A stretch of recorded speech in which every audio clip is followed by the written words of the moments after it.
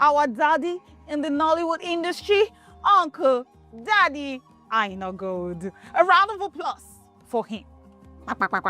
Which round of applause? Huh? You kept me at the bus stop and you're not saying a round of applause. Oh no, mo ṣe hype yín síwájú kó tó di pé. Sorry, I want to ask this. Is this your studio really in Lagos? Because even Google couldn't locate here. Sorry about that. Let's go. Let's go ahead. It's okay, Uncle Aina. Please say hi to the people at home. My people, how are you doing? My name is still Aina Gold. Trust you're all good because I'm good too. God bless you all. Okay, Uncle Aina, the chill and vibes daddy. Okay, sir, we have nǹkan àlejò tá máa ń gbé fáwọn lóòótọ́ ẹ ti wọlé lẹ́kọ̀ọ́ ẹ ti wò mí ẹ ti ṣe kíní kan ẹ ti wò mí ṣáàbà kan ó dà pé kí n wọnú ilẹ̀ lọ. Regardless, so èmi ò gbé nǹkan àlejò wa. Ṣé ká gbé wá rí báwo boy spicy o? Should we enter the place of spiciness? Ṣé ká gbé wá sà? Shuri, first and foremost, mo máa ń kábọ̀ gan-an. Ẹ máa? Kábọ̀. Okay. Lọ wo Yoruba dictionary. So if you bring something that is not worth it, you will not drink. It's okay.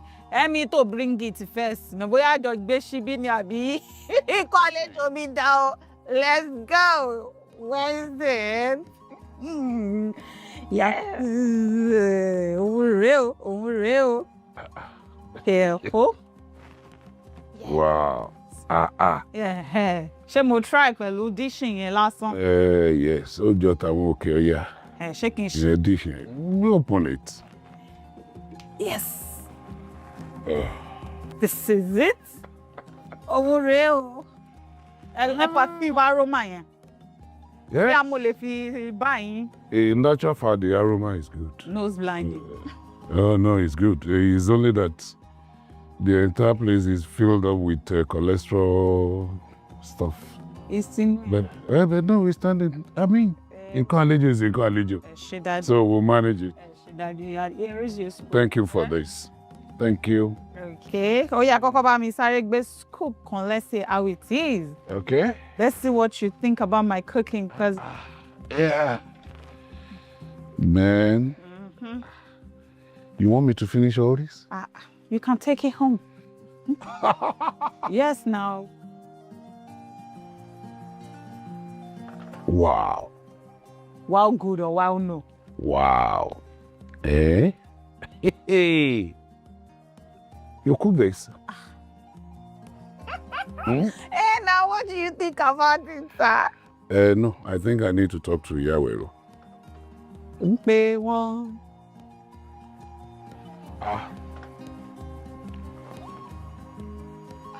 Mama Wero. Èèyàn kan o. Eléyìí ò pass o. Because mo gbọ́ pé wá síbi ẹ̀dẹ̀ kọ́ lóúnjẹ. Bẹ́ẹ̀ tó dàbẹ́ pé atágbá ibì kan yíyọ gba another place. Ló bá tán, ẹ dákun, ẹ mọ̀ bù mí ní comment section. For the purpose of wípé ìyá mi lẹ jẹ́. Tí n bá ti ń jẹ́, màmá rọ́jú, ẹ má worry. I'll go along with this. Ẹ máa rọ́jú náà ni omi náà dẹ̀ wà lẹ́gbẹ̀ẹ́ in case it is so spicy. Pẹ̀lẹ́sẹ̀. Ó yá jẹ́ àlọ́. Lẹ́sẹ̀nu bí kò kòrò, ojú tún kòrò ni. Kòrò ó dùn náà ni. Okay, sir, can you tell us a little bit, not a little bit, extensively to some extent about your background, how you started, how you found yourself in the film industry? What lesson? Wow. Oh, wow. Long story. Yes, I was born 62 years ago. Okay. And my primary school was in Oshodi, Lagos State. Okay. My secondary school, Baptist Grammar School, Ibadan. Then my higher institution, Yaba College of Tech. Oh, wow. Where I studied estate management. Okay. So after my service, I joined an estate firm, Onokomi and Partners. After, say, like, say 2 years, and I joined Dia Fatimilaya & Co. And it was at Dia Fatimilaya & Co. the interest in theater world came in. Okay. I left Oshodi. You know, I relocated from Oshodi to somewhere at the outskirts of Lagos. That is Alambado, AIT side. Timora ni room palo kekere kan tí mo kọ́. So when I got there, you know, people in the film industry do normally come to my area to shoot film. And then I approached one of them one day and said, wait, I'm interested in this your profession, you know. Most times they thought I was joking, you know. And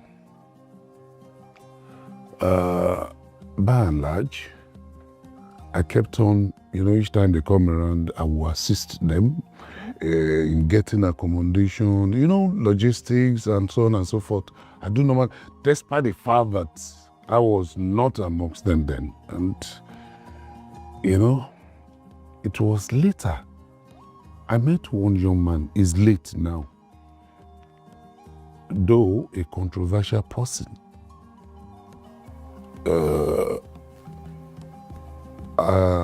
I discussed with him and he said, I'm close to Mama Rainbow. I said, really? He said, yes. I said, okay. If you could take me to her, I would be so happy. And lo and behold, he took me to Mama Rainbow.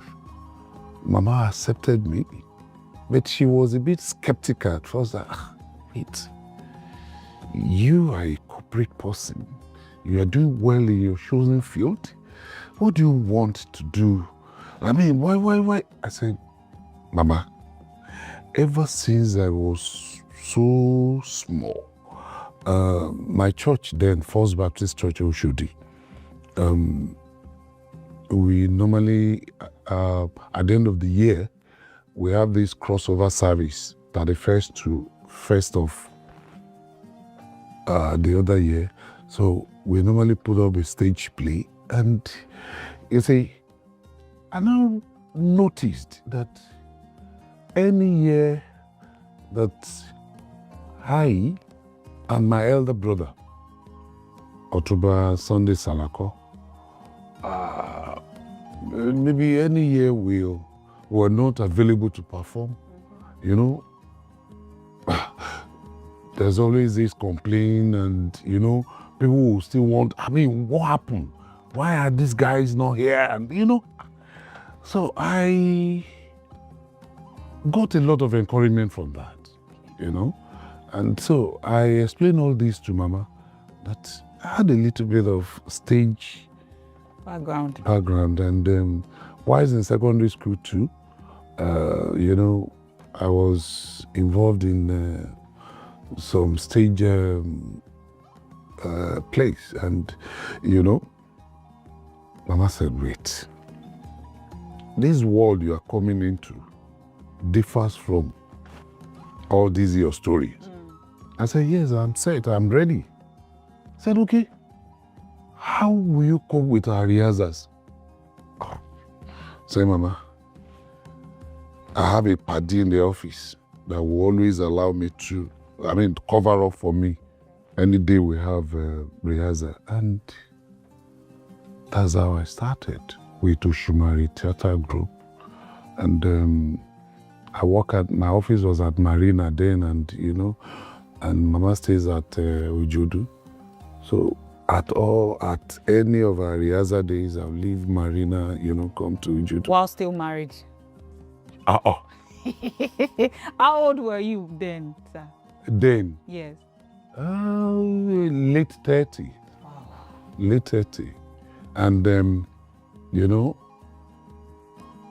after my period with Mama, At my graduation, my wife was there, and Mama told her, you see this word your husband is going into, you have to see as if you didn't see. You have to hear as if you didn't hear anything. And she asked her that question, are you now fully ready to release him into the theater world?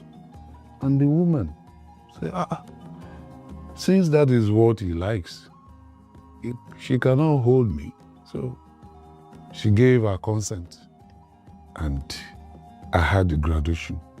And after the graduation, Mama now said, hey, wait, you say have another graduation to do. Which is? It took me to Onufa, where I met my chairman, Alhaji Yinka Quadri, and my Oga, my best friend, Alhaji Azan Taiwo Ogogo, and several other Ogas there. And they took me as if we're from the same family. And I will not forget this. Immediately I got to Odufa, Ogogo took me up for all his works then.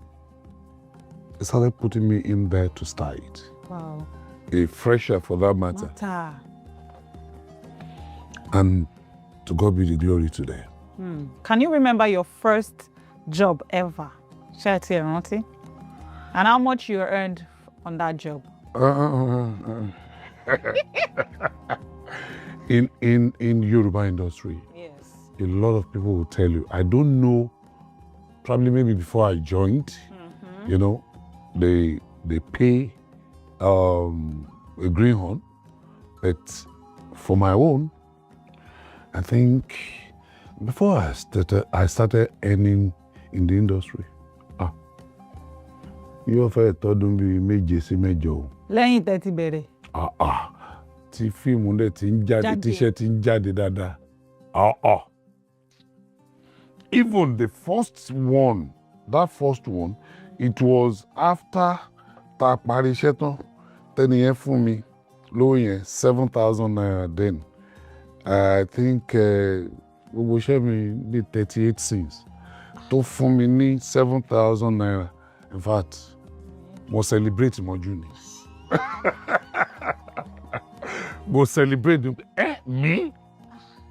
Do owó yẹn, because I still work with a very solid firm where I earn very well, and àwọn iṣẹ́ oríṣiríṣi tó máa ń wọlé because in estate world, aside from you being an estate surveyor, àwọn iṣẹ́ tó ṣe máa wá tó jẹ́ pé ó lè máa hàn sí ilé iṣẹ́ tó ní iṣẹ́ ọ̀bẹ wọ́n máa fi yẹn cut shows lẹ́gbẹ̀ẹ́ kan.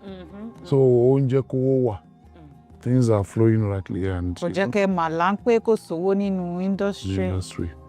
So it was that my first payment ló mú mi decide pé this profession, this industry, I must put my all. Yes. Okay.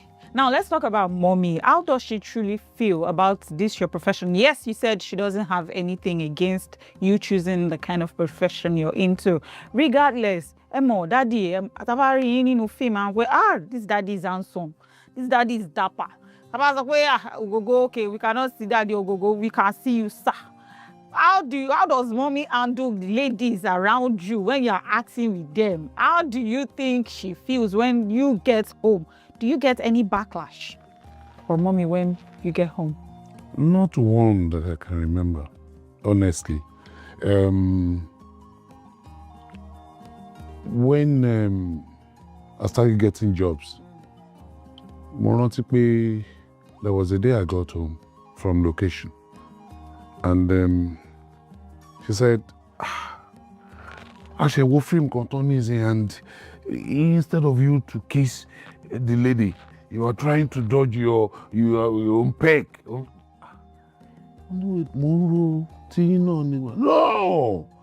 You have to be professional. I said, yes, I really wanted to be professional, but and since that day, I knew quite well that this woman is seriously in support of me. And I must tell you, ever since then, at times, let me tell you one thing about her. As we are here now, if any job comes in, maybe like today, I've actually set aside today for this interview. Oh, we appreciate you, sir. Yeah, thank you very much. But if surprisingly, someone now calls me now, oh, sorry sir, please, though I hardly do that. Okay. Because that is not professional.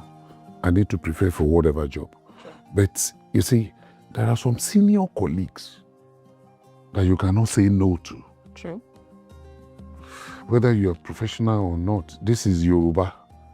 And if you look back at our culture, you will know that there are some elders that will call you. I know, where are you? I am at so place. Okay. Sorry. I'm sorry. I'm supposed to have called you earlier, but something came up. Can you please come? What I'm driving at is this. I only need to call her. But so person called me, and I don't think I will be coming home. I want to go there. I will arrange some clothes. Please, this part of the wardrobe, just empty that side, give it to my driver.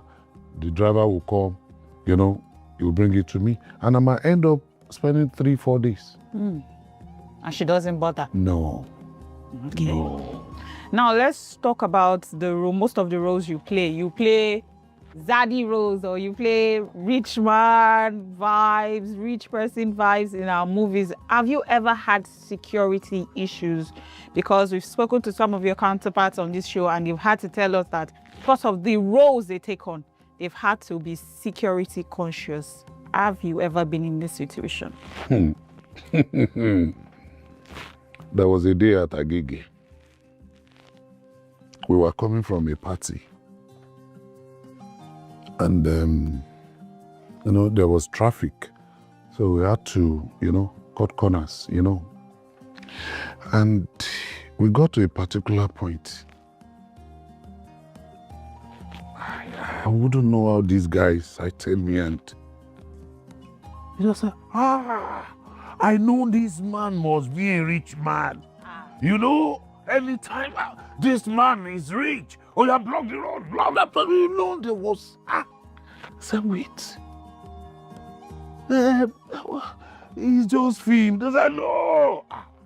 Look at your car. Look at your, and before you say Jack, everywhere was filled up with area boys. Oh, I must tell you, even some of them had to bail me out.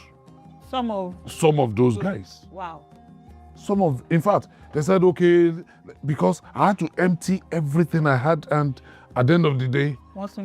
So, you see, ever since then, number one, I don't use tinted car, no, because I want to be free. I want my life to be free. I want to be, just like any other person. And, if I'm going on the way now and I see a very good mama put stuff, I will stop and eat that. Yes. Okay. But the thing is, it comes with a cost. Because if you stop by the mama put and you happen to see guys there, you have to. So anytime that I have to do that, my pocket has to. So, there are challenges, but it's our environment. What can we do? What can we do? Have there been any moments? Hey, you're spicy, whatever. Ew. It's okay. My world. I almost. This your stuff. You brought it from Ghana. Or? No, it's from Morocco. It's a Moroccan fish plate. It's... You shall like it, Sha. Daddy. You know what they call Ishasun? Ishasun. Cocoa pots. Other be pots. No, this one like modern pot. Modern Ishasun. Oh, fine. Tori you know, Oh, you want any moment of your life tí ẹ wà on set tí nǹkan kan wá ṣẹlẹ̀ tẹ́ ẹ lè sáré padà tí nǹkan kan ṣẹlẹ̀ ní ilé tẹ́ ẹ lè sáré padà lọ lé pé nǹkan báyìí ni àbí nǹkan kan, do you ever regret? Has there been a situation like that, and do you regret not going back home for that purpose till today? Well, God has been so faithful. God has been so good to me. I don't think I can recollect any. Because, you know, I think I was so matured enough at the time I got to the industry. Timori wípé kọ́kọ́ tọ́jú ilé ẹ. If you want to leave your house for 2-3 days, every stage pé ó lè ju 3 days lọ. Tọ́jú ilé ẹ dáadáa. Tí mo bá ti ní opportunity láti travel, bóyá lọ ṣiṣẹ́ l'Óṣogbo, Ìbàdàn, Ọ̀yọ́, whatever. Tí n bá ti ń bọ̀ báyìí, mo máa ń ra nǹkan sínú mọ́tò bígbà tí mo ń lọ ṣe ceremony kan nílùú ni. Ní máa fi ra oúnjẹ padà s'Ékòó. Despite the fact pé oúnjẹ wà nílé, everywhere is filled up. But nǹkan tí mo ń ṣe yẹn fún kò ju wípé ẹni tó wà nílé tí ó dẹ̀ ń support me. I have grown-up kids. It's just one that lives with me out of the 3. And then, so mo máa ń ṣe. But I thank God that so far, mi ò ní such experience. Bí mo ń láti wò pé, mo wà ní location very far from my house and nǹkan kan ṣẹlẹ̀ tí mi náà. Okay, can you remember what has fame taken from you that you feel like, people don't know about this thing, and when we look at it very well, fame has taken this much from me or taken that from me? Do you have anything fame has taken from you? It's just one thing. Which is? Not being free. Not being totally free. Because whilst I was growing up, in fact, tí wọ́n bá pè mí sí party gan, mo máa ń wá bí tí party wà lọ. So funny, ni? Because of party jollof. Okay. I love party jollof whilst growing up. But, you see, nǹkan kan wà. Táwọn ọ̀rẹ́ mi, tó bá pè mí pé, ṣé mi ò lọ sí location, let's hang out. The kind of a place tá ń láti lọ must be so secluded. It's not just an open place. Open place. So all this,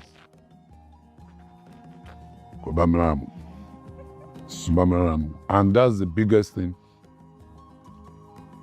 that I missed. Tí industry jẹ́ kí n, tí profession jẹ́ kí n miss. Okay, ǹjẹ́ tí ẹ lè rántí any movie project tẹ́ ṣe that you poured your heart, your soul, your energy into it, but at the end of the day, the production, the movie didn't quite get the recognition it deserved due to some reasons? Ìyẹn pọ̀ rẹpẹtẹ. Torí tí máa rántí dáadé ẹ má bínú pé mo fẹ́ kọ́ tìyẹn. Torí a while back, ó dà pé sọ̀rọ̀ kan pa marketers àwọn ní ìpèníjà bí nǹkan kan pẹ̀lú àwọn marketers òun ló ṣe mí mẹ́nu. Ìyẹn story ńlá nìyẹn. Ǹjẹ́ lè. Wow. You see, after my graduation from Oshimari, and Odunfa became my second home. Okay. You know, because in a month, every other day, mo láti wà l'Odunfa. Okay. You know, for one project or the other. You see, I now sat down I was not still fulfilled as a practitioner then. And what I'm trying to say is this. Àwọn colleagues wa rí ntolukaluku pass through. Me, I'm an actor, and I want to stay being an actor. Tell me demo here. You tell me fair demo name. Ìwọ ló máa produce as producer. Ìwọ ló máa ṣe what other aspect of. But you see, mo wá wò pé these producers are going through a lot. Okay. Can't one as an actor be a marketer? Oh. And then, I've been péjọ lé ní Lagos, Ìdúmọ̀tà Lagos. Then I said, okay, I will try. Okay. I made some contacts here and there, and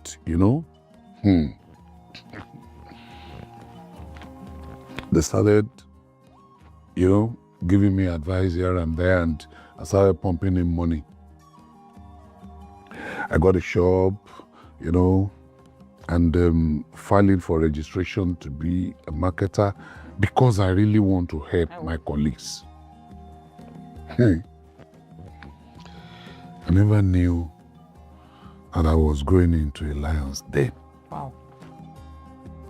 Anyway, to God be the glory, because as at then, I remembered I had to even borrow money. I invested around 12 million naira debt. Then.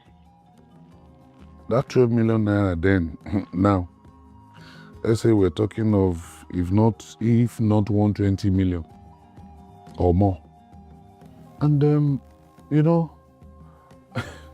those films, I started buying film.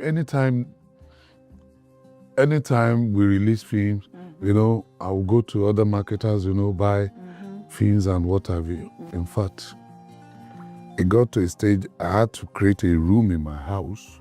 For those films? For those films eventually. They didn't sell? What happened? I didn't even go back to that shop to pack it. I didn't take a pin out of that shop. What happened, sir? After spending so much money on, what happened? We thank God.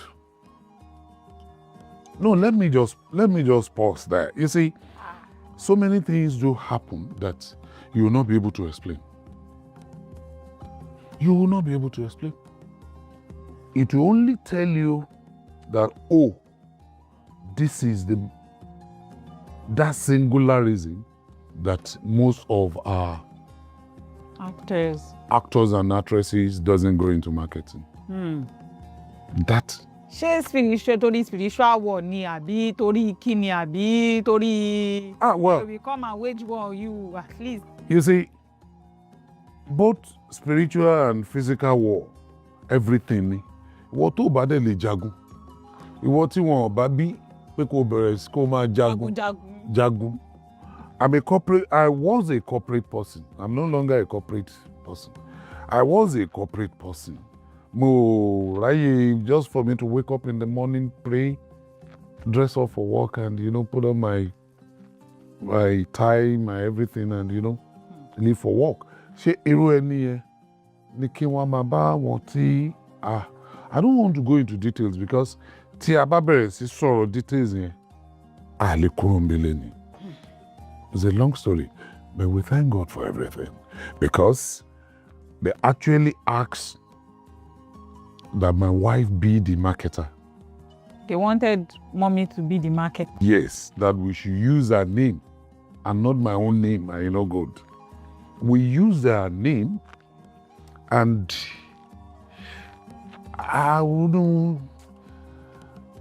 Maybe when I come back, there will be a part 2 of this interview because that one if we sit down and I start telling the story, I'm telling you, it will take me nothing less than 2-3 hours. To talk about this particular issue. Oh, yes. Okay, boy, I can move on. Let's move on. Back. I definitely. On this particular issue? Yes, because I will want to tell that story. Okay, Daddy, has there been any moment of your career you just absolutely lost it and said, Mo, ṣe mo jàre, kíní kan ṣe náà láti jọjọ kí là ń bá ká, ó kò fẹ́ jọra wọn mọ́ gan-an. Ilé sọ mí dùn joyè lọ. Has there been any situation like that? Even after the marketers brawl and all? No. You see, it's just like a young Jila Roger went to school, you know, Okawe Ogboye, Okawe Anton, and along the line in life, Owa face challenges, Owa Nino, Owa fellow bond certificate. That's the way it is. So there has never been any of such situation to me or such period. I want to leave the industry. No.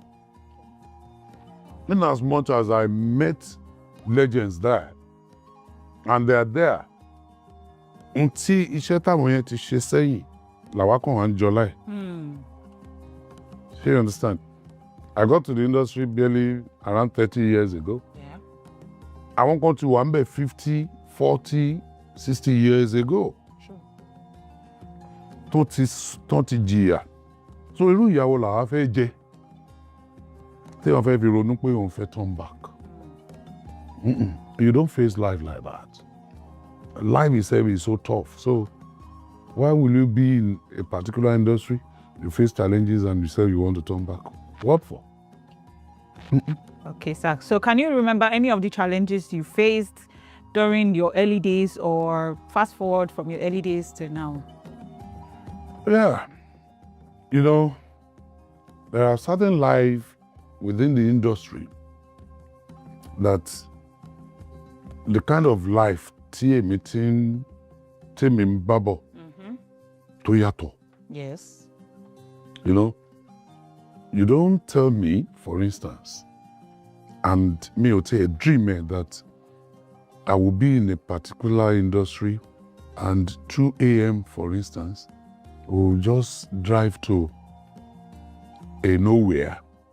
2 a.m. 2 a.m. Will drive to a nowhere and start telling me to run or to do something, you know. 2 a.m. You know, it's somehow strange to me then. Number one, mi ò mọ terrain níbí rí. Débí rí. Bóyá etí omi kan náà mú wa. Wá lọ́sàn-án. Wọ́n ní ilẹ̀ tí ò bá tójú ẹni ṣú, òkùnkùn ẹ̀ kò kí ń bani. Oh, sorry, no. Bẹ́ẹ̀ kan náà ṣe pa. Wọ́n ní ilẹ̀ tó bá tójú ẹni ṣú, òkùnkùn ẹ̀ ò kí ń bani lẹ́rù. Bẹ́ẹ̀ tí ilẹ̀ tí ò wá tójú èèyàn ṣú, tí wọ́n tún fẹ́ kí òkùnkùn ẹ̀ kó tún má bà wá lẹ́rù. Òkùnkùn á bà wá lẹ́rù. At times, I remember there was a time we went to this Okobaba, old Okobaba, to shoot. A wà lẹ́gbẹ̀ẹ́ ọ̀sà. Lẹ́gbẹ̀ẹ́ ọ̀sà. Yes. Okay. You know, Omini. And they want us to do some rituals. And Okunlele. So gbogbo àwọn láìpẹ́ yẹn, ó dẹ́rù bà mí at the initial stage. But nígbà tá à ń dàgbà, a rí i pé this is another life tá a gbọ́dọ̀ by nook or crook, by whether you like it or yes, you have to adapt. Ló fẹ́ wá mú mi rántí ìbéèrè yìí o, tá máa ń bí àwọn legends wa. The question is, ǹjẹ́ tí ẹ rántí nǹkan àbàmì tó ti ṣẹlẹ̀ sí yín rí lẹ́nu iṣẹ́ in the course of this job? Bóyá ń gbà tẹ̀tí ẹ̀ lọ sí etí ọ̀sà lóru yẹn ni bóyá ẹ wá bẹ̀rẹ̀ sí ní gbọ́ àwọn voices máa bọ̀. Kí ni àwọn nǹkan àbàmì tẹ́tí rí lẹ́nu iṣẹ́? You see, I inherited something from my father. Okay. And that is courage. My father doesn't fear anything. Oh, wow. I remember when federal government acquired some of our family land, and they invited my father to come and do enumerations of the cash crops, and so he took me along. I was somehow small then, and this federal government delegation didn't come until around 6, 7. And they want us to enter the bush. And I just tapped my dad. Dad, let's go back home and come back tomorrow to meet these people. And my dad told me, look here. These people, they are from federal government. They ought to have come in around 8 a.m. They're coming 7 p.m. Whatever they have to do, they must do it today. And we're entering this bush. He said, yes. And we entered the bush, and we finished that job around 3 a.m. in the bush. And my dad would say, whenever I hear a noise or something, and I rushed to him, he said, no, if you hear a noise, it is either a human being or whatever animal that wants to let the animal show itself to us. And say, wait, wow. So ever since then, anytime we go to shoot, anywhere, anytime, even if people around me are getting scared or something, I'll wait to Emi Montomba in Lero. Kilondo mauru.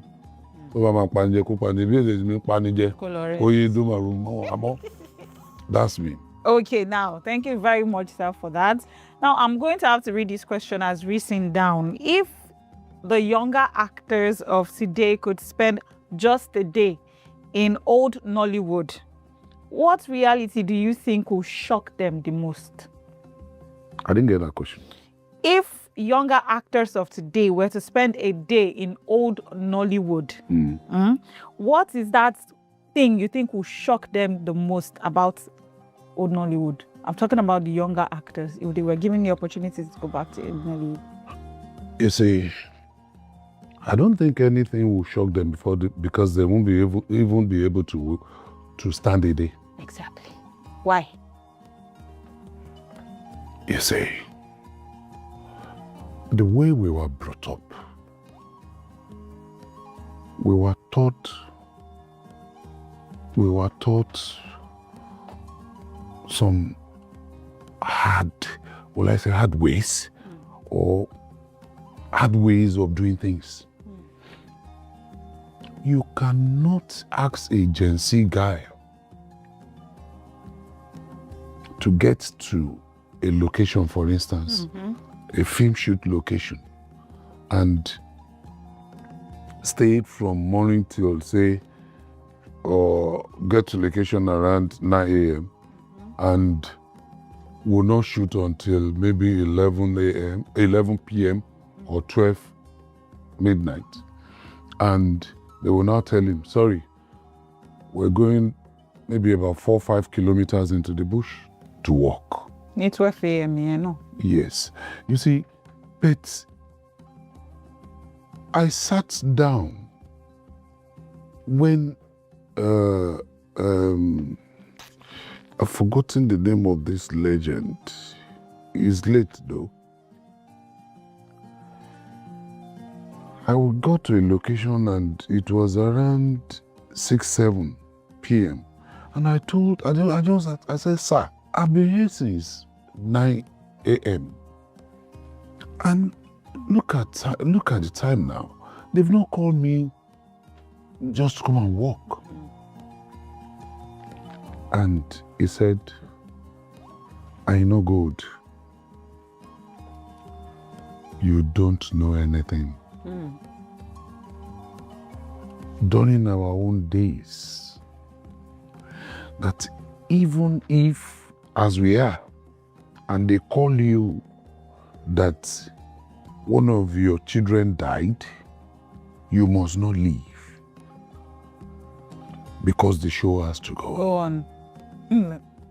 Even if you're on stage and backstage, a friend or a colleague or anyone dies, the show Must always go on. go on. So you now want to tell me that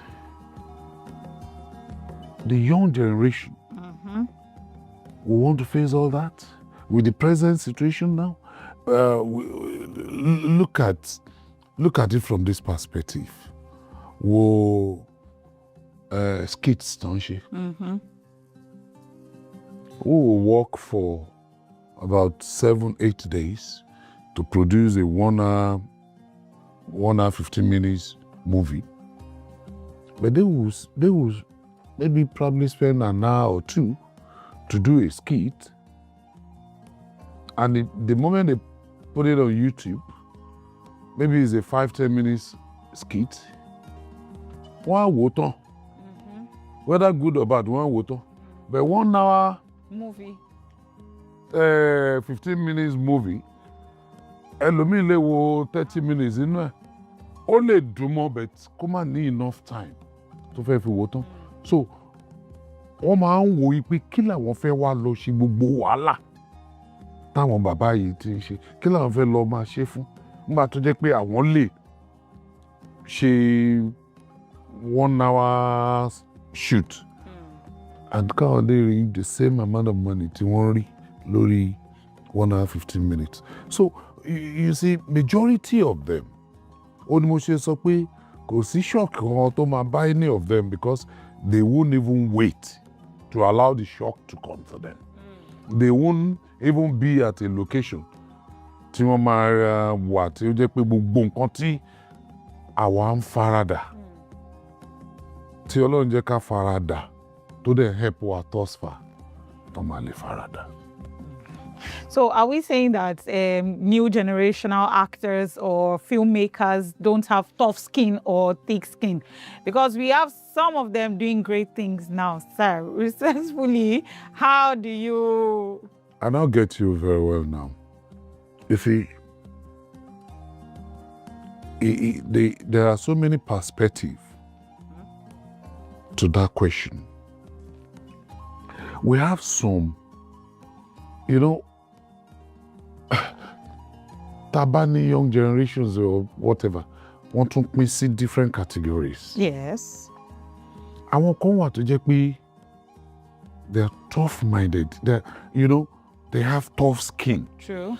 Tó jẹ́ pé even nǹkan táwa ò lè ṣe gan àwọn ń ṣe. True. Àwọn yẹn wà ní industry and they are making waves.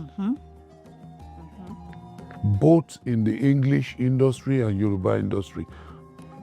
They're making waves. Láwọn àbúrò wa, àwọn táwa ò lè ṣe, táwọn ń ṣe. Ṣùgbọ́n nǹkan tó bá wọn ṣe, ó ní wípé they have a little bit of our orientation too. Okay. They met this orientation. Majority of them came in 15-20 years back. Let me tell you this.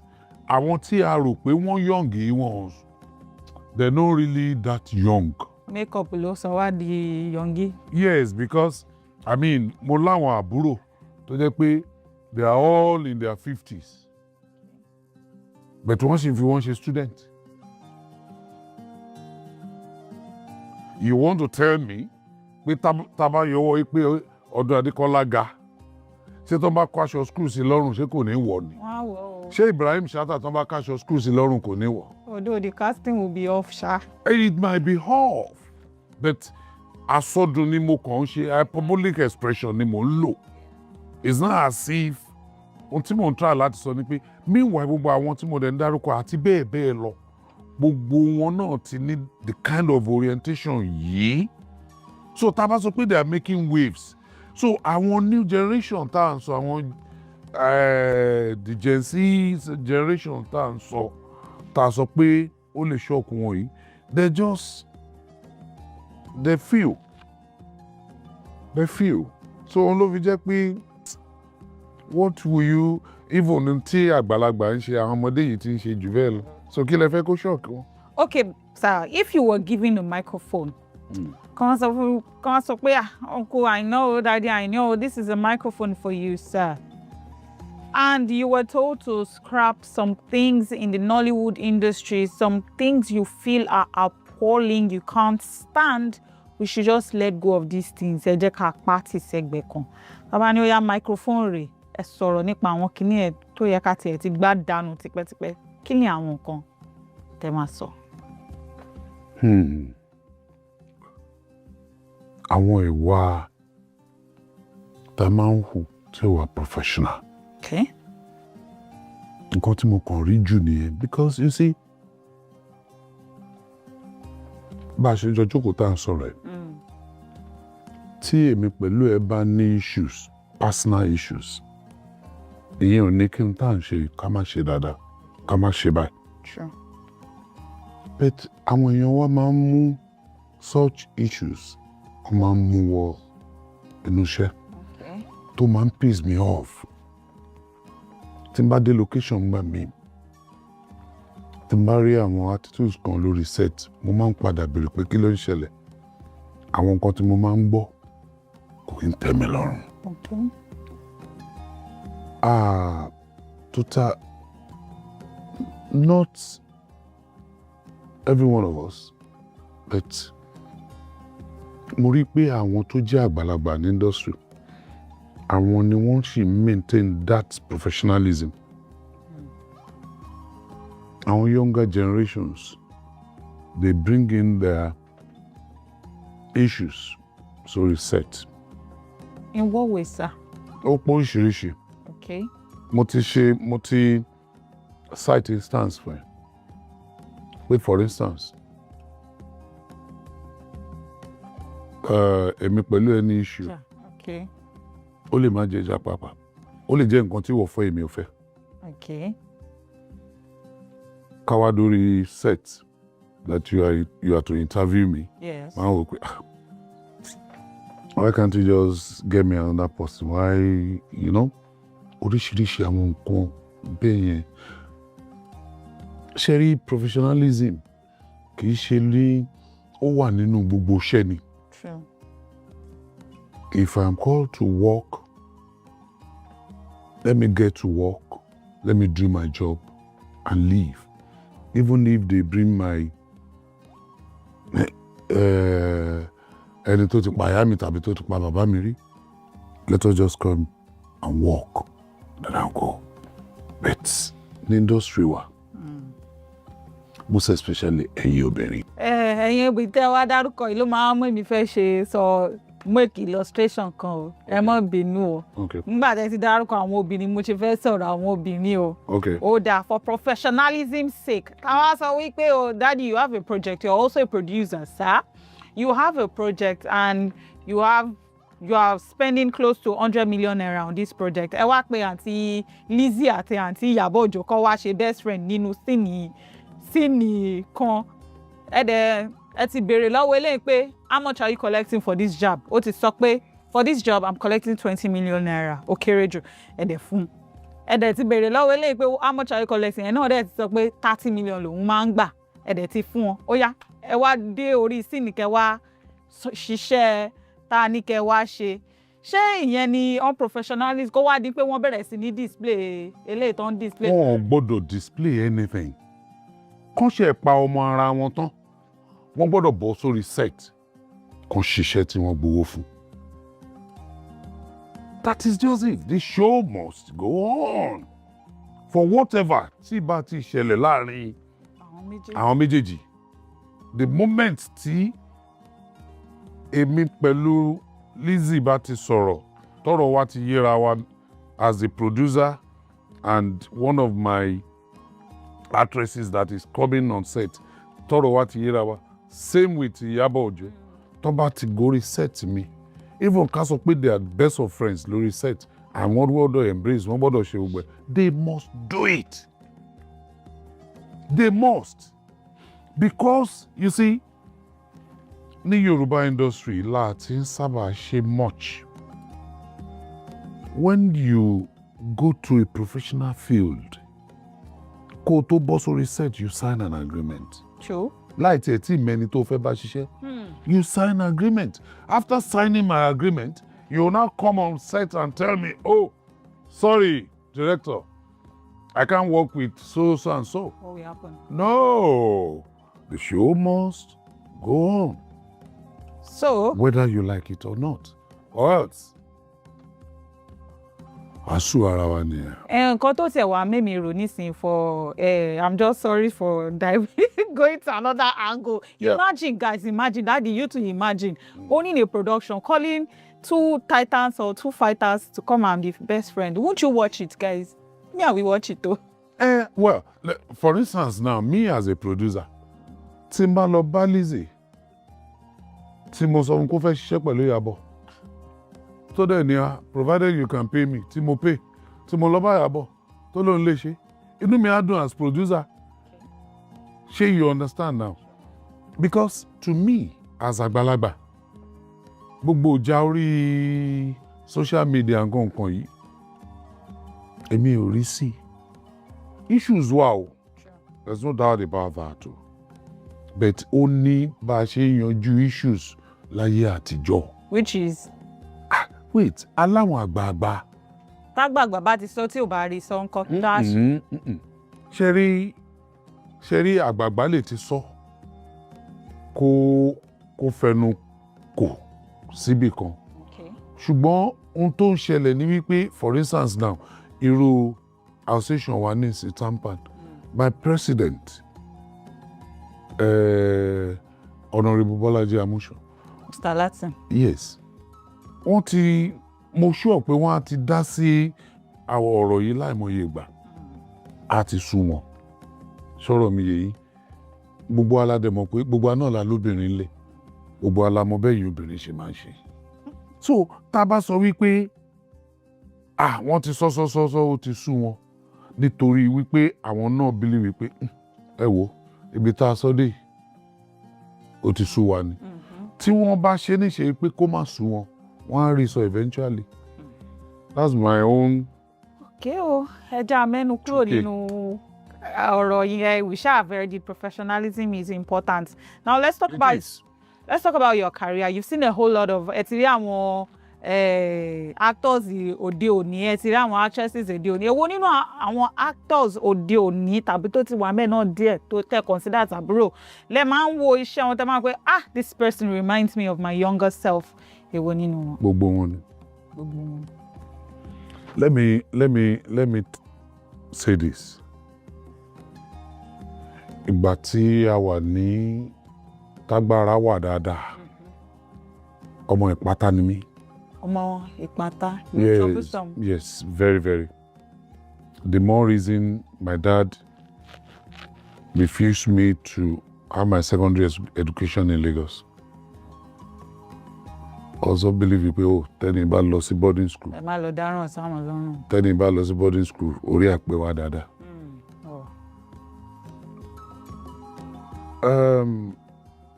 I don't want to mention names, but kò sí inú gbogbo wọn. I mention name. Nti mo mean by I wouldn't want to offend because nítorí gbogbo wọn èmi ni Ọdún ni o, Fẹ́mi Adébáyọ̀ ni o, Ibrahim ni o, Múyìwá Adémọ́lá, a lot like that, Ìtẹ̀lẹ̀ ni o, gbogbo wọn bẹ́ẹ̀. Ìgbà tèmi young bí mi ṣe like láti máa act yẹn. Tí máa mò ń wo jagunjagun for instance, mo you know. Ṣé you understand? So gbogbo wọn ni mo máa ń nífẹ̀ẹ́ sí. Àǹtí mo lè máa ń fàdúrà ràn wọ́n lọ́wọ́. Èmi dúpẹ́ lọ́dọ̀ Ọlọ́run that I have a second office. So níjọ́ tí mi ò bá lọ sí location, I have a second office, a second profession. Yes. Ṣé you understand? So kò ń tí má dẹ̀ ti wà lọ́fíìsì most times, àwọn iṣẹ́ wọn yẹn ni mo máa ń wò. Iṣẹ́ wo ni Ọdúnládé Adékọ́lá tún release tí mi ò tí wò, ẹ bá mi mú wá. Iṣẹ́ wo ni Fẹ́mi Adébáyọ̀ release tó wà ní Netflix tí mi ò tí wò, ó yá mo fẹ́ wò, and so on and so forth. So because ó máa ń mú mi rántí my younger years. You understand? But nísìnyí wọ́n ti sọ pé rárá olówó ni ká máa ṣe ká kàn máa jókòó ká máa discipline ká máa ṣe wẹ̀. Kẹ́ máa dish out audio money nínú films àbí kẹ́ máa send $30,000 sí mọ́mì lórí sẹ́ẹ̀tì ìyẹn náà dá dáàdì àbí. À ń bẹ lọ́n kọ́ lọ́n tàn ẹ̀ sí real. àbí bá mi sir, which of these actors, since we're talking about these actors, new generational actors, since we're talking about them, which of these actors did you once misjudge? Tó wá jẹ́ wípé later on lẹ́wọ̀n pé mo misjudge ọmọkùnrin yìí ni nǹkan èèyàn báyìí ló padà jẹ́ and I'm impressed. Honestly, no, kò sí. Okay. You know why? Why? My father taught me one thing, that ṣórí ẹni tó bá jùlọ, don't fear him. Okay. Don't fear him. Ẹ ṣórí ẹni tí kò tí tó ẹ yẹn. No. Àbí báwo ni mo ṣe sọ́nà? Ẹni tí èèyàn bá jùlọ ni kò fear. Ṣórí ẹni tí ẹjọ́ jẹ́gbẹ́, abẹni tó jù wọ́ lọ, ìwọ má fear wọn. Bẹ́ẹ̀ ṣórí ẹni tí ò tó ẹ yẹn, ó ní kò fear jù. Because within 24 hours ó mọ nǹkan tó lè dà. So gbogbo ìgbà tí gbogbo àwọn guys wà yìí when don't try láti move up, gbogbo wọn náà máa sọ bí mo ṣe ń sọ̀rọ̀ yìí tó máa ń wò mí náà máa sọ pé yes lóòótọ́ ni Aina Gold wọn ò lè pè mí lẹ́ẹ̀kan kí n má dá wọn lóhùn lẹ́ẹ̀mejì. Torí àwọn gan ò tẹ́ lọ́wọ́ yín ẹ̀yin náà ò dẹ̀ tẹ́ lọ́wọ́ wọn. Nítorí wípé mo máa ń rí i nírìí pé èní la rí kò sẹ́ni tó mọ̀la so bí mo ṣe máa ń ṣe láti ọjọ́ ayé mi wá nìyẹn. So mo máa ń like láti máa touch láti máa make positive impact sí ẹni tó ń bọ̀ ju ẹni tó ti gòkè lọ. Do you feel veterans in the industry are well respected? No. Why? No. You see, kò ń ṣe ẹjọ́ anybody. Structure ni. Structure. The structure in the industry kò support respect for the veterans. If you see me as a veteran and tó bá wọ́ mi nílẹ̀ or whatever, kò sí structure tó máa discipline. It's a free world. Tí o bá decide lẹ́ni pé o produce Yoruba film nítorí pé bóyá tampan sọ pé no, you disrespected so and so and this is what we have to do for you.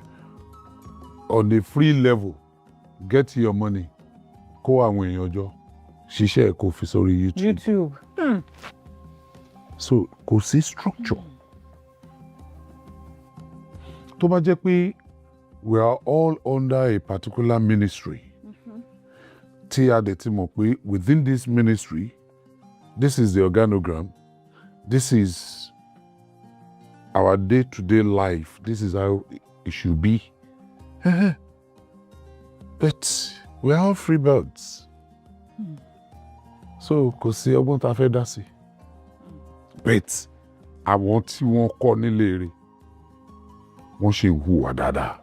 They still respect veterans. Yes. Kí la wá fẹ́ ṣe sí ṣé ọ̀nà àbáyọ tiẹ̀ wà nínú nǹkan tá à ń sọ lọ́wọ́lọ́wọ́ nípa àwọn. Ìyànjú wà tí tampan gbà tí mò ń rí akitiyan president wa.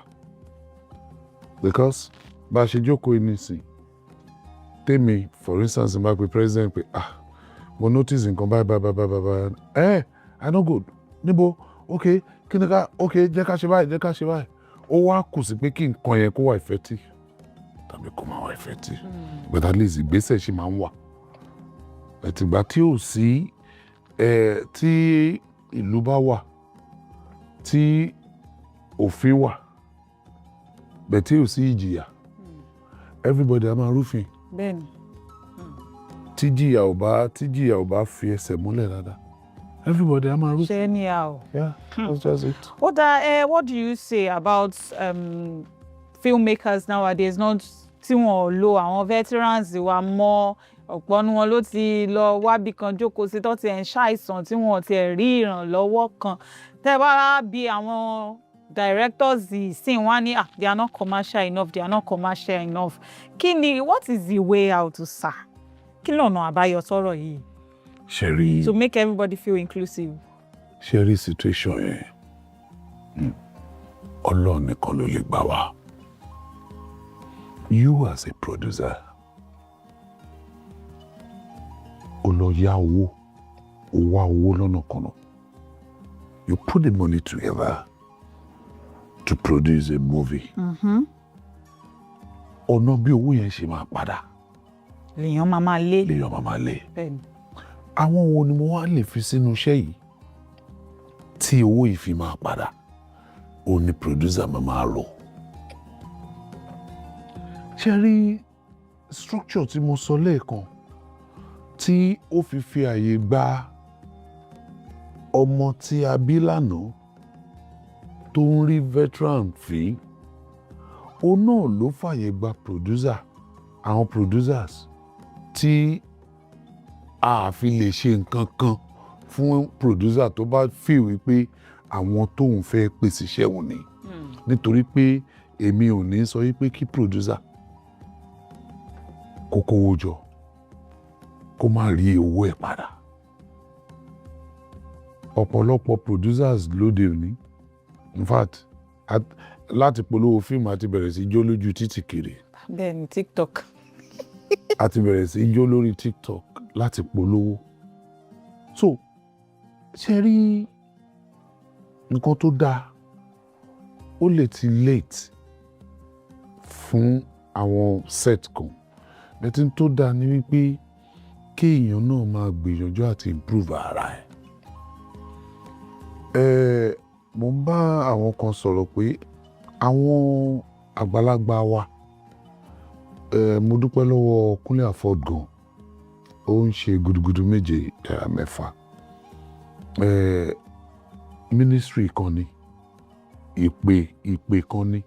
Ṣé rí àwọn tó bá súnmọ́ veterans wa kàn jọ kó máa bá wọn open àwọn social media handles wọn wọ̀nyí. Kó wà lórí TikTok, kó wà lórí Instagram, kó wà lórí Facebook, kó wà lórí gbogbo anything social media. Kó máa jẹ́ kí ayé máa ṣe èrè wọn. Káwọn náà máa ṣe content. Bá a ṣe jókòó yìí, tí n bá jókòó tí mo pe ọmọ mi kan tá a bẹ̀rẹ̀ sí sọ̀rọ̀ tá a búra tá a ń ṣe gbogbo ẹ̀ tí mo jù bó tiẹ̀ jẹ́ pé nǹkan tá a ṣe ò make sense àwọn èèyàn rí. Nítorí pé ohun producer mi láti pe lágbájá àti lágbájá bẹ́ẹ̀ tí ò tiẹ̀ mọ pò tán wà tí ò tiẹ̀ mọ how to get to them. But tí wọ́n bá wà lórí social media at least wọ́n lè máa lọ sí orí DM wọn. Nítorí pé àwọn iṣẹ́ kan wà tó jẹ́ pé àwọn tí a rò pa pàtì yìí àwọn gangan ló lè jẹ́ ká rí ohun tá a fẹ́ nínú iṣẹ́ yẹn. But ọ̀pọ̀lọpọ̀ producer to get to them kò rọrùn. So that's just my only two advice. Okay, sir. Okay, sir. Have you ever clashed with a producer on scene? Tẹ́ wò pé bàbá má fún mi ní irú role báwo lè ṣe máa ní kí n ṣe irú nǹkan báyìí nínú scene àbí nínú set? Why are you giving me this? What is this? Has that ever happened to you on set before? Ọmọ dáadáa lèmi. You see, mo máa ń ro the àǹfààní tọ́lọ́run fún mi tí mo fi get into the industry. And mo rántí my first movie, Oṣùmàrè, Alapatira, that's the title. And wọ́n gbé mi ẹni tó ṣe ìyàwó mi mi ò ní dárúkọ ẹni tèmi náà ti ń wò nínú sinimá ti pẹ́ ni. Okay. So tá bá ti bọ́ sórí set báyìí mo mọ̀ dialogue quite alright o but to act máa di wàhálà. So tí máa di bọ́ sórí set báyìí it's just for me to quickly want to divulge the dialogue, the lines. And you know, she was somehow at the beginning, what's the meaning of all this? But after Tisha one drag one can be 10, 11, 12. Tabati first sheba tabati fún wa ní lines. Oh, I'm act. Oh, you know, I'm actually dry run in pé ká kọ́kọ́ ṣe before her. Now, Olotu one, you know, the way she encouraged. Okay. You see, láti ìgbà yẹn mi ò rò pé mo ní any challenges with any producer mo or director mo. Tó bá ní kí n bọ́ everything kí n bọ́ sí o. If that is what you want as a producer, I will give it to you. Yes. Because of at the back of my mind, my family is in support of me. So if you want me to do anything, I'm ready. Okay. The only thing tí mo máa ń gbìyànjú àti ṣe ó ní wípé based on my own life experience, tí director bá ní ká ṣe nǹkan kankan tí mo wá rí pé kíní yóò ń tẹ́ ní ká ṣe yìí kò kí ń sábà rí bẹ́ẹ̀ o tàbí kò ní lọ bẹ́ẹ̀. I'll call the director aside, give him my own suggestion. Tó bá gbà fine, tí ò bá gbà tó bá ní kí n ṣe. Àwọn tó ń wo fíìmù ti mọ̀ pé orúkọ ẹ̀ ló wà níbẹ̀ as the director. Wọ́n dẹ̀ ti mọ̀ pé me as an actor, mi ò lágbára tó director. Òun lọ̀gá mi lórí iṣẹ́ yẹn. So ohun tí director bá fẹ́ ni kò sí ohun tó ní kí n ṣe. Tẹ́ bá ní kí n fò láti òkè àjà mẹ́fà sílẹ̀ máa bèrè pé okay kí ni life insurance tó èló ni èló ni life insurance kí ni àwọn ẹbí mi fẹ́ gbà tí n bá délẹ̀ tí n bá ti rí gbogbo yẹn sign máa bẹ́. Ẹ̀bẹ̀ láti òkè torí à ń ṣe fíìmù. You are true to your profession. Okay, sir. Now let's talk about your relationship with other actors. Ǹjẹ́ àti ẹ̀rí kan nínú àwọn actors tí lẹ́ẹ̀kan ẹ dárúkọ Ògògó, Daddy Ògògó, Uncle Yinka Quadri tí wọ́n mú yín mọ́ra nígbà tẹ̀sí. Including Abel Lanre. Abel Lanre. Ǹjẹ́ àti ẹ̀rí ìkankan nínú wọn tàbí àwọn tẹ ní relationship pẹ̀lú tẹ́lẹ̀ tẹ̀tẹ̀ ní relationship mọ́ pẹ̀lú ẹ̀ tó ní nǹkan ṣẹlẹ̀ láàárín yín tó fa ìjà tẹ́kọ̀ọ́ pé wọ́n? Ogún ọmọdé ò lè ṣeré fógún ọdún kò sí. We're still best of friends. Best of friends. In fact, ó túnbọ̀ ń gbòòrò sí ni because you see my orientation, my training does not really kò fàyè gbà wípé wait, my life orientation is this. Okay. Ogún ọmọdé tí wọn ò bá ní ṣeré fógún ọdún. Situations, I mean, locations ló yà wọ́n kì í ṣe ìwà wọn. Because a lè wà láyé ká má ṣera wa. Sure. So tó bá ṣẹ̀ mí, kí ló fẹ́ ṣe fún mi? We are colleagues. Colleagues in the sense that kì í ṣe pé a jọ ń gbé. Tó bá pè wá síṣẹ́ tá pàdé lẹ́nu iṣẹ́ a tún bẹ̀rẹ̀ sí ṣeré ṣe gbogbo ẹ̀ tí n bá ní ṣíṣe ṣe I'll call. Èyí tó bá ráyè á wá so kí ló wá fẹ́ fàjà kí ló fẹ́ no except wípé kí àárín wa kó tún máa dùn sí. So none in the industry, both old and young, none. with this question I'm about to ask me more, but you should imagine no. So this question goes does. Have you ever been in a situation whereby or on set tí wọ́n wá ní pé ẹ ti wá ní láti máa avoid èèyàn kan torí nǹkan kan tó ṣẹlẹ̀ nígbà kan tó máa ní bí mo ṣe sọ lẹ́kọ̀ọ́ bẹ́ẹ̀ ṣe sọ lẹ́kọ̀ọ́ professionalism is key, but tẹ́ni yẹn wá dé tẹ́wá ó ti ń bọ̀ ṣáàní sí ń pọ̀ tẹ́ wá bí sá pamọ́ sí àbí tẹ́ wá bí wá bẹ́ ṣe discharge ara yín kúrò lórí set. Is there anybody like that? None too. Ohun tó dẹ̀ ṣe jẹ́ náà ni wípé you see gbogbo àwọn tó close mọ́ mi pátápátá ló mọ̀ wípé ọ̀rọ̀ tí wọn bá fẹ́ kẹ́lòmíì gbọ́ wọn kì í sọ fún mi. Ọ̀rọ̀ tó ń bá fẹ́ kẹ́lòmíì gbọ́. If they want to speak ill of you to me, àwọn tó mọ̀ mí mọ̀ yìí pé tán bá ti bá mi sọ́tàn I will tell you. Wow. No, I will tell you. So irú ẹni yẹn tán bá mi sọ̀rọ̀ lágbájá kan tó wá fortunately tó wá sí set yẹn, I will call the person. Ṣebí wọn náà ní àbí kì í ṣe pọ́njẹ́ sọ pé ní ìsìn pé òun ṣe báyìí àbí báyìí ni. That's me o. No, that's me. And gbogbo ẹni tó dẹ̀ mọ̀ mí náà ló mọ̀ yìí pé tí a bá ní disagreement nísìn ilẹ̀ ọlá ò gbọ́dọ̀ mọ́ kárìíra kí n ṣe good morning kó o má ṣe good morning padà.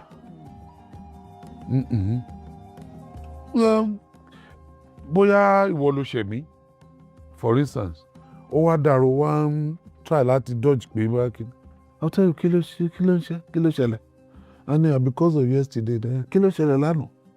No, what really happened yesterday? So tí èmi ò ń gbé anything sùn because I live by the day. Nínú iṣẹ́ mi ni o, nínú everything I live by the day. N tó bá ṣẹlẹ̀ láàárọ̀ bá ṣe jí lé ní gbogbo tó ń ṣẹlẹ̀ nísìn tí tó máa ṣẹlẹ̀ lálẹ́ tó bá ti dalẹ́ tí mo fẹ́ sùn báyìí mo gbé sẹ́gbẹ̀ẹ́ tán ni ẹ̀. Tó bá di àárọ̀ ọjọ́ kejì èwo la fẹ́ mú nínú nǹkan tó ṣẹlẹ̀ lánàá tó máa wúlò fẹ́ni. That's me. Bẹ́ẹ̀ tí pé lágbájá kan ṣẹ̀ mí lánàá níjẹta mi ò mọ bó ṣe ń ṣe yàn. Mi ò mọ bó ṣe ń ṣe yẹn. Okay. Is there somebody you wish in the industry you wish to work with but you've not had the opportunity to work with? Ní industry. Yes. Bóyá torí ààyè tàbí ẹ ti gbọ́ so something about this person they fair but you like how this person displays his or her character in movies. Sure. Because you see, I've actually worked with, will I say 98 or 99% of everyone in the industry. Okay. So, kò jẹ́ kí n rántí pé bóyá ẹnìkan ló ń wù mí. Everybody, in fact, let me tell you this. Èmi ò kì í sábà béèrè lọ́wọ́ producer tí wọ́n bá pè mí síṣẹ́. I just want to read the script. Ṣé you understand? But ó máa ń dùn mọ́ mi tí producer bá wá sọ pé lágbájá báyìí ló fẹ́ ṣe ìyàwó yín. Kí ló ṣe máa dùn mọ́ mi tí n bá rí pé ẹni yẹn tèmi pẹ̀lú ẹ̀ bá fẹ́ ṣiṣẹ́ báyìí. Na fire for fire. Gbàgbó sí ni pé this one will bring the best. Energy then fair. Yes. Ilé máa fún mi ní this energy. Well, mo lè registration bẹ́ẹ̀. Okay. But aside from that, mi ò rò kò sí. Okay, sir. Do you feel today's directors or producers nowadays ṣé wọ́n máa ń cast based on talent àbí torí pé eléyìí ní social media numbers àbí ráńpẹ́ pé eléyìí ní followings àbí nǹkan kan bẹ́ẹ̀? How do you think directors or producers do their casting? Àbí ṣé torí talent ni or what? Thank you very much. Question yẹn wà so dicey. Tí a bá wo inú olúkálùkù, a rí pé àwọn èèyàn ní different purposes of being what they are. ẹlòmíì come into the industry to invest and want to get money. Àwọn kan dẹ̀ ní passion láti ìwà tèmi ti join the industry. Gbogbo àwọn nǹkan tèmi máa ń rí, mo máa ń rí pé passion ló ń drive ẹ̀. Because a wà ní ibi iṣẹ́, àwọn kan, for instance, our crew, the DOPs, the makeup artists, àti bẹ̀rẹ̀ iṣẹ́ bóyá ní 8 or 9. Máa rí pé yes, a ṣe ń ṣiṣẹ́ lọ. In the course of it, bóyá mo ní kán bá mi ra oúnjẹ, wọ́n bá mi ra oúnjẹ, mò ń jẹ, wọ́n á ní sùúrù fún mi, wọ́n á tún máa set lọ. And ẹ rí i pé till the 4-5 p.m. ẹ rí i pé ẹ̀wọ̀n ò ní tí ì fi nǹkan wọn sẹ́nu. You will not be wondering pé wait, kí ló ń ṣe yín? Wọn ò fún yín lówó iṣẹ́ ni or what? So mo rí i pé ọ̀pọ̀lọpọ̀ passion ló ń drive ọ̀pọ̀lọpọ̀. Bẹ́ẹ̀ àwọn kan à lè yọ wọ́n sẹ́yìn tó ń wò pé okay, owó tó wà ń bẹ̀. Then àwọn kan fame. I want to get in there to get fame. Tí n bá ti ní fame tí mo ní báyìí, you know, we'll move. So, òun ni mo ṣe ní question yẹn wà dicey. Àwọn tí ó wá ti torí passion, ọ̀pọ̀lọpọ̀ àwọn náà ń jèrè ẹ̀ jù báyìí. Passion yẹn ló wá mú owó wọlé báyìí. Mo rántí interview tí Fẹ́mi Adébáyọ̀ grant ṣe lórí jagunjagun ni. Kẹ́ni ó dé level kan, he had to sell, I think, a house or something. Some of his properties. Fẹ́mi Adébáyọ̀ yìí ọdún ni àwọn chairman Yínká Quadri, ògógó gbogbo àwọn tí mo ti ń dárúkọ bọ̀ látẹ̀yìn. A máa ń ṣiṣẹ́ ibi tá a máa wà ń gbà mí, condition tá a máa wà ń gbà mí tá a fi ń ṣiṣẹ́ kì í ṣe condition tí wọ́n gbọ́dọ̀ bá ọmọlúwàbí. Mo máa ń wo ara mi pé wait, I don't know. Ṣúṣì anyway, ìgbà tí mo tiẹ̀ ti sọ pé yes, mo fẹ́ ṣiṣẹ́ mo gbọ́dọ̀ ṣe náà ni pé torí mi ò mọ̀ pé bó ṣe máa rí. a tún bára wa nírú condition báyìí. Ó ní mo fi dáhùn lẹ́ẹ̀kan pé kò sí ìgbà kankan tí mo ronú àti padà sẹ́yìn. Ṣùgbọ́n mo tún wá máa ń pity àwọn tí mo bá. Irú condition wo wá ni àwa ti ṣe.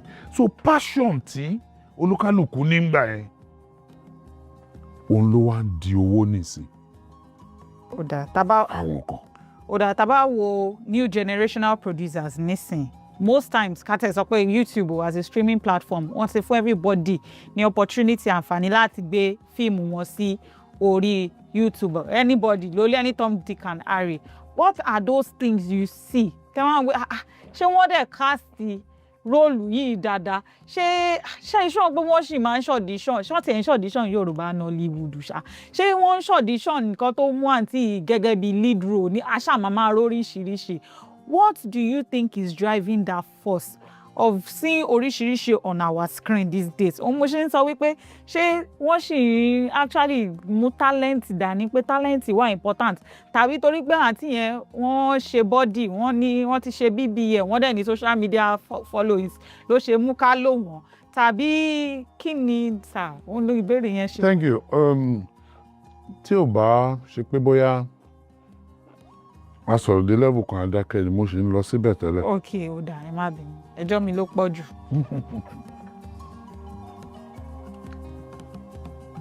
Ohun tí mo wá ń sọ lẹ́ẹ̀kan, òun ló dífá fún yín pé tó bá jẹ́ owó ló bá wọlé. Ń tẹ́ sọ yẹn lèèyàn máa wò.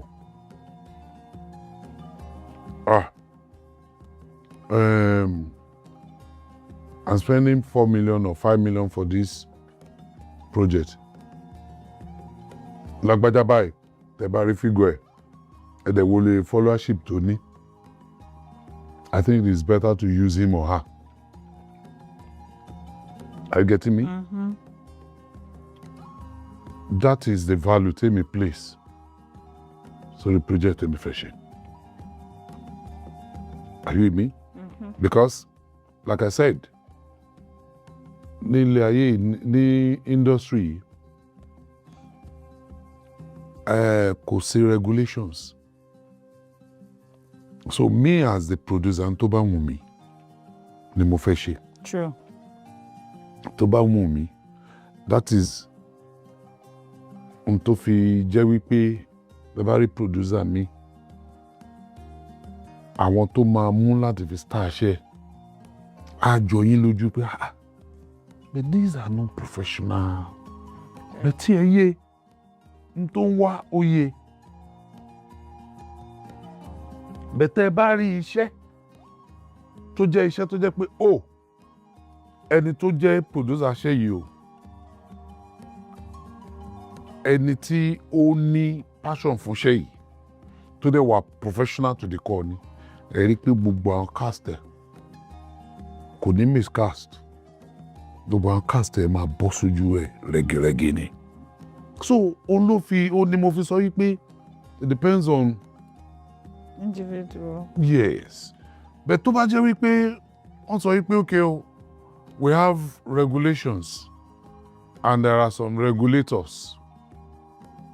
Tó bá ti fẹ́ ṣiṣẹ́, bring your script, tell us how you want to go about it, then these regulators will advise but kò sí yẹn. So tó bá wù ẹ́, you can just go outside there, see somebody passing and say, please come. Can you work with me? I have a film role for you. Then so be it. Me as a professional, if you bring that person, tó bá ti jókòó tá bá ti lè ṣe ohun tá ní ká jọ ṣe, so be it. I won't query it because you are my boss. And ẹni tó fẹ́ kí n bá ṣiṣẹ́ nìyẹn. But professionally, I will do my own beat. And I'll leave. Okay. So, sir, do you believe tribalism plays a vital role when it comes to funding projects in the Yoruba-speaking genre? Funding projects, we have Netflix coming in and dropping money for big production, Amazon, and all other bigger, streaming platforms. Do you think tribalism is one big obstacle in this? How? Because people would rather pick English-speaking genre to drop big money for them, and then they produce. I don't believe that. No, I don't. Oh, wait. In recent times, look at the films making waves, put on Netflix and what have you. Is it not the likes of Jagun Jagun? All, in fact, our indigenous films, they are the ones making waves. So what are you telling me? No, I won't believe that. You see, until ẹni tí wọ́n mọ̀, èmi ò mọ̀, ẹni tèmi mọ̀, ìwọ ò mọ̀, ẹni tèmi lè rìn, ibi tèmi lè rìn sí, ìwọ lè má lè rìn síbẹ̀. Look at the likes of Kunle Afolayan. Ṣé Kunle Afolayan á gbé script ẹ̀ fún Netflix or for whoever, wọ́n á reject it, wọ́n á ní because English whatever. Because he has a name. That is what we are saying. It did not just come by that name yesterday. He built it. True. What are we talking about? So our English, tí wọ́n gbówó fún yìí, it is because English language is universal. True. If you want to shoot a movie in English, Hausa gbọ́ English, Igbo gbọ́ English, Yoruba gbọ́ English. So ó wà universal. Sure, you understand? But the technicalities, there's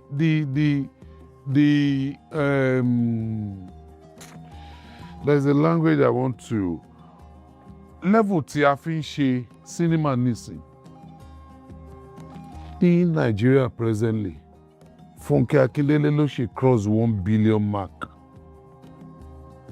Is Funke not a Yoruba person? Yes, she's Yoruba. So what are we talking about? So you can't tell me any other English or whatever beats that. No. So the tribalism aspect of no, I don't believe that. Okay. If we say Aina Gold as a legend, what would you like to be remembered by? Number one, I'm not yet a legend. Yeah. Why do you say so? Thank you very much. I still have a long way to go. You see, I'm still agile. By the special grace of God, I still want to. You see, the word legend. Ole díẹ̀. Legend, lágbára díẹ̀. And that is the more reason why I do tell people. You see, tó bá tún di pé God sparing our lives, téèyàn sì tún lo ọdún sí láyé, tí Ọlọ́run fún èèyàn ní oore ọ̀fẹ́ láti ṣe àwọn iṣẹ́ tó lámìlaka tó lágbára. Bóyá tó bá dé level yẹn, àwa lè sọ pé èyí ni àyànfẹ́ ọmọ mi Aina Gold tó wá, tó bọ́ sínú industry, tó ṣèwọ̀n tó lè ṣe, tó dẹ̀ kópa tiẹ̀ tó kó dáadáa, tí a fẹ́ máa rántí ẹ̀ sí rere. Tá a fẹ́ máa rántí ẹ̀ pé kì í ṣe ẹni tó ń wà bias, kì í ṣe ẹni tó ń fi èèyàn sínú, kì í ṣe ẹni tó ń ṣe ìbàjẹ́ nìkan. Kò dẹ̀ ń ṣe one man mopo. I will not, because I hate Mr. Lagbaja or Mrs. Lagbaja, gang up against such person. No, I don't do it. Okay. I've never belonged to a caucus. I belong to all caucuses in our industry. Tọ́dúnfá bá ń ṣe nǹkan kan, I am part and parcel of Ọdúnfá. Tí àwọn àbúrò mi, kí ni orúkọ ẹgbẹ́ wọn yìí náà? Wọ́n lẹ́gbẹ́ kan mo ti gbàgbé náà. Àwọn younger actors. Yes. Àwọn Fẹ́mi Adébáyọ̀ ni president wọn. I'm part of tó bá pè mí. I'm with them. So I want to be remembered as a man who became so versatile and doesn't look down on anybody,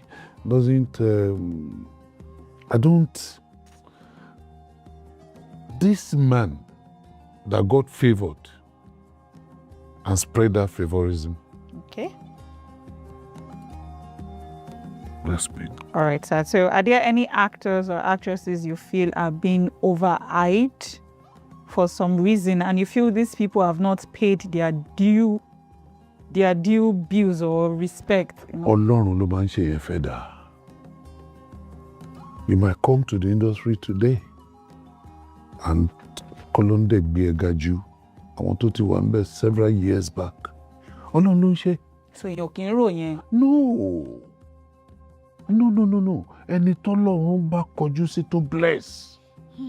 You don't envy such a person. Ju pé kó tún wo bó ṣe lè tap from the person's blessing. Okay. So lákòótán má bínú orí, embrace them. Má bínú orí. Okay. So èmi ò rí pé ẹnìkan náà wà overhype, ẹnìkan ní kinní kan. No. Bọ́lọ̀ ń bá ṣe tó ìgbésẹ̀ ẹ̀dá ni. A máa ń rí lórí social media tó jẹ́ pé ẹnìkan wọ́n ní bóyá ń ta pop-off met someone and eventually that person, from there, ó blast, ó ṣe kinní kan. Ọlọ́run ni. Somebody was selling market, ó ń tajà, ẹnìkan dẹ̀ dé iwájú ẹ̀ pé please give me water. Ó dẹ̀ fún lómi yẹn. And that person now gave him 500,000. Gbogbo ohun tó dẹ̀ kó síwájú tó ń tà kò ju 20,000 lọ. Ọlọ́run ni. So you don't envy ẹni tọ́lọ́run bá kọjú sí ṣe lọ́rọ̀ ẹ̀. Shikina. Well, sir, are you still presently working? Are you still active in the industry, or do you have any works in the cinemas or about to? Yes, the fact that I'm not a producer, I am an actor. Sure. So if you call me, why not if not? Okay. I just came back from Oshobo. So Uncle Aina is still very much active and ready for your calls. Okay, sir, we have a segment on the show titled Versus.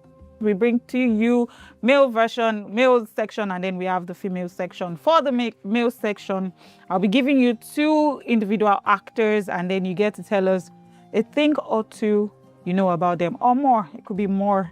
For the male version, I'm going to be mentioning cause Esole closing more Uncle Ogogo, Uncle Larry Azan, if I'm correct, and a close more Uncle Taiwo Azan. Yes, Taiwo Azan. Uncle Yinka Quadri. What can you say about these 2 actors individually?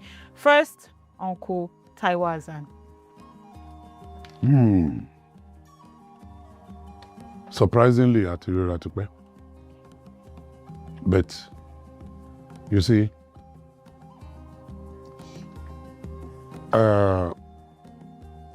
Alhaji Ogogo fúnra Alhaji Taiwo Azan fúnra wọn mọ̀ pé wọn ò mọ nǹkan tí mo fẹ́ sọ yìí, because fún èèyàn láti kàn dédé pick, we almost have the same stature. Yes. We almost have the same height. And mi ò mọ̀ bóyá jọra, but you see. Complexion, at least it's darker. So kí irú ẹni bẹ́ẹ̀ tó wá wò pé okay, I want to really train and bring this person up. Lẹ́ni tí ó yẹ kó lérò yìí pé nínú industry tí n bá train nílé, tí n bá bring it to my standard, ó ṣeé ṣe kí wọ́n máa pè fún roles mi. Ó ṣeé ṣe kí wọ́n má tiẹ̀ kàn pa èmi tì. Kí irú ẹni bẹ́ẹ̀ dẹ̀ sì tún rò pé no, iṣẹ́ tiẹ̀ tó wá owó, tó kó owó jọ, tó tún wá nínú irú ẹni bẹ́ẹ̀ ni kó style. Àkàndá èèyàn ni irú ẹni bẹ́ẹ̀ jẹ́. So I give that to him anytime, any day. Anytime, any day.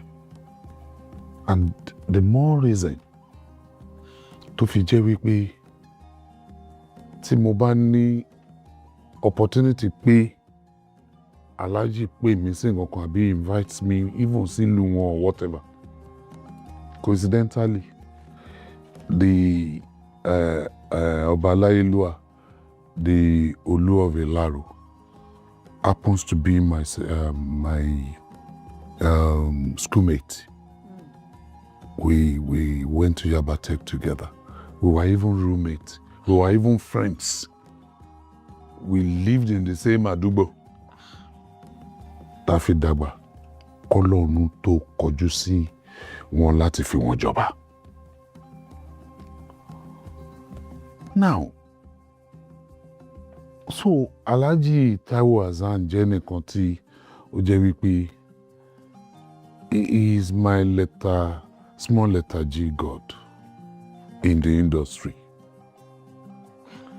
He might not know this, torí pé mi pẹ̀lú wọn ò jọ sọ́rí. But àwọn ìgbésẹ̀ àwọn nǹkan tó ṣe yẹn. So òun ló dífá fún chairman mi náà, Alhaji Yinka Quadri. Tí Alhaji Yinka Quadri ò bá support nǹkan tí Alhaji Taiwo Azan ń ṣe, kò ní ṣe ṣe, because Alhaji Yinka Quadri ni chairman wa lọ́dúnfà. Alhaji Taiwo Azan ni vice chairman. So tí vice chairman máa fẹ́ ṣe nǹkan tí chairman ò bá lọ́wọ́ sí, kò ní ṣe ṣe. Òun ló fi jẹ́ pé even ìgbà tí kí ni mo ṣe last, Alhaji Yinka Quadri wá. In fact, bí mo ṣe ń wora mi ni pé mi ò mọ̀ pé mo tó báyìí lọ́wọ́ ẹni. They are both good-hearted human beings. Àwọn méjèèjì wọ́n máa ń wá ìlọsíwájú fọmọlàkejì wọn ni. And tó ń bá gbọ́ interview yìí, mo fẹ́ kọ́ mọ̀ wípé mo ṣe ń dúpẹ́ lọ́dọ̀ Ọlọ́run fún ipa tí Ọlọ́run nìkan kó ní gbèsè ayé mi ní Yoruba Nollywood industry. All right, thank you so much for that. And for the female version, a ní Aunty Yewande Adekoya àti Aunty Mide Martins Abiodun. Kí lẹ lè sọ nípa àwọn méjèèjì yìí? Aunty Mide Martins lákọ̀ọ́kọ́. Yewande. Okay, Yewande Adekoya lákọ̀ọ́kọ́. She's more or less like a daughter to me. Kì í ṣe pé iṣẹ́ ló máa ń dà wá pọ̀. Kì í ṣe pé a close bí gist partner. No. But anytime tí iṣẹ́ bá dà wá pọ̀, tí a pàdé lórí iṣẹ́, lẹ́nu iṣẹ́, àti di bàbá àti ọmọ nìyẹn. And the relationship too is top notch. Yewande jẹ́ ẹnìkan tí mo nífẹ̀ẹ́ sí tí a bá ń ṣiṣẹ́. Mo rántí àwọn iṣẹ́ kan tá a jọ ṣe ní Ọ̀yọ́. In fact, tá a bá kúrò lórí set báyìí inú mi máa ń dùn ni pé ẹni yìí ló ginger mi ló ṣe dáadáa báyìí. You know, because ọ̀tọ̀ ni pé kí wọ pẹ̀lú èèyàn kẹ́ fẹ́ ṣiṣẹ́. Kó ṣe máa kí ó máa ń drop moral yàn. But tó bá rẹ́ni tó fún ẹ tó really ṣe you understand, you will know pé eléyìí. And ìyẹn wà lára nǹkan tí mo nífẹ̀ẹ́ sí lára Yewande. Okay, Aunty Mide ńkọ́? Rẹ́rìn lọ jẹ́ kébì náà rẹ́rìn. Let me laugh. Ṣé pé mo rẹ́rìn dáadáa? So I want to laugh too. Mide. So many things ni mo like nípa Mide. Ẹ kàn dárúkọ ẹ mọ̀ bá a ṣe close. A close gan. Ẹ close gan. Yes. Ọkọ Mide.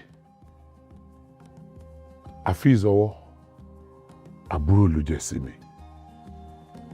Àmọ́ ọ̀gá mi ni. As a producer? Yes. Ọ̀gá mi ni. Not even as a producer. Ó ṣáájú mi dé ẹnu iṣẹ́ yìí. Ọ̀gá mi ni. And láti ìgbà tí a ti mọ́ra láti múra báyìí pẹ̀lú ọkọ ẹ̀, ìyẹn ló dífá fún closeness èmi àti Mide tí mo máa ń ní àǹfààní gan-an láti ní ká jọ ṣiṣẹ́ papọ̀ torí solid producers làwọn méjèèjì àtọkọ àti ìyàwó. So most times tá a bá ń ṣiṣẹ́ gan-an in fact ìgbà míì wà tó jẹ́ pé ilé wọn gan-an láti máa ní course láti lọ shoot tàbí l'estate wọn tán wà and tó jẹ́ pé tá a bá ṣiṣẹ́ tán èmi àti Mide báyìí wọ́n á máa ṣiṣẹ́ lèmi àti Mide máa jókòó báyìí máa bẹ̀rẹ̀ sí rojọ́ ni. A lè rojọ́ for like 2-3 hours, you know, because the chemistry is there and so tight. So nítorí pé Mide jẹ́ nìkan tó jẹ́ pé is a free-minded human being. Tí a bá rẹ́rìn ní tá a bá dórí set tó bá ní ká ranjú mọ́ra wa ìranjú yẹn máa ń tight dáadáa torí pé òun máa ń ranjú gẹ́gẹ́ bí mi mọ́ mo ṣe lè sọ ni o mo ṣe sọ ìranjú yẹn òun máa ní kó ṣe bóyá ìyàwó tó burú tàbí ọmọ tó burú èmi náà rè wọ́n á ní kí n ṣe bàbá tó burú bàbá tó wà so disciplined ìgbà mi wọ́n fi mi ṣe sójà ìgbà mi wọ́n fi so you know you can see the energy, see the chemistry. So but all in all Mide jẹ́ nìkan tó no. You cannot help but like Mide. Ẹ jẹ́ wọ́n á béèrè question. You know her. Mo fẹ́ béèrè question. Go ahead. Ṣé lóòótọ́ ni bó ṣe máa ń ṣe nínú fíìmù yẹn mọ̀ pé Aunty Mide burú tó bá bújà láyé èèyàn báyìí ara kẹ̀kẹ́ ni ẹ padà kó lọ sùn kó tún lọ jí ṣé bó ṣe rí lójú ayé nìyẹn dáàdì. Ṣé bí èmi ṣe ń ranjú nínú fíìmù ṣé bẹ́ẹ̀ mi ṣe rí lójú ayé nìyẹn. Ẹ ṣáà ti rànjú mọ́ mi wá mọ́ àwọn mọ́mì ló máa sọ yẹn for sure. You see ìyẹn ló dífá fún pé ká fún ní kudos pé ó mọṣẹ́ ẹ̀ níṣẹ́. If you are with Mide èèyàn jẹ́jẹ́ ni o As far as yes. No, take this to the bank. Ntí mo ń sọ yìí. Èèyàn jẹ́jẹ́ ni. Ntí mo mean by jẹ́jẹ́ kò ń. In fact, tí mi dé bá dé bí nìsín, ó lè lọ jókòó sí kọ́nà ẹ̀. Kó dẹ̀ wà ń bẹ̀ títí tẹ́ máa fi pè sórí set. Yes. So, èmi ò tí ì bá wà pàlàpàlà lọ́wọ́ ẹ̀. Àbí kí n rí pé bóyá mo ní cause láti la òun àtẹnìkan níjà. Ní both location and off location. So, irú ẹni bẹ́ẹ̀, èèyàn jẹ́jẹ́ ni lọ́dọ̀ tèmi. Okay, sir. Thank you very much for answering my question. Daddy, kí wá ní nǹkan tí ó tún wà nínú Nínú kétó ni. Nínú kétó ni. Ṣé ẹjọ́ ta ti ń rò látàárọ̀ yìí kò tó? O gbé spicy pẹ̀lú ìkòkò Ghana, o gbé síwájú mi, mò ń rọjẹ látàárọ̀. In fact, wo ṣe tó fẹ́ bèrè ti tún àbóchìkù. Getting kó mi láyà jẹ mẹ́. Ẹ̀rẹ̀ mi ò ń jẹ àyà aláyà. Which one is kó ẹ láyà jẹ? Ṣé mo bèrè kan tó ní pé mi ò tiẹ̀ rojọ́ mọ́? It's okay. My people of God, I told him 2 hours, so is it 4 hours? Okay, well, thank you guys so much for watching. Uncle Aina Gold in the building. See you guys next time. Thank you for watching. Don't forget to like, share, subscribe. Please. See you next time. Bye for now. Shaki Ilisha.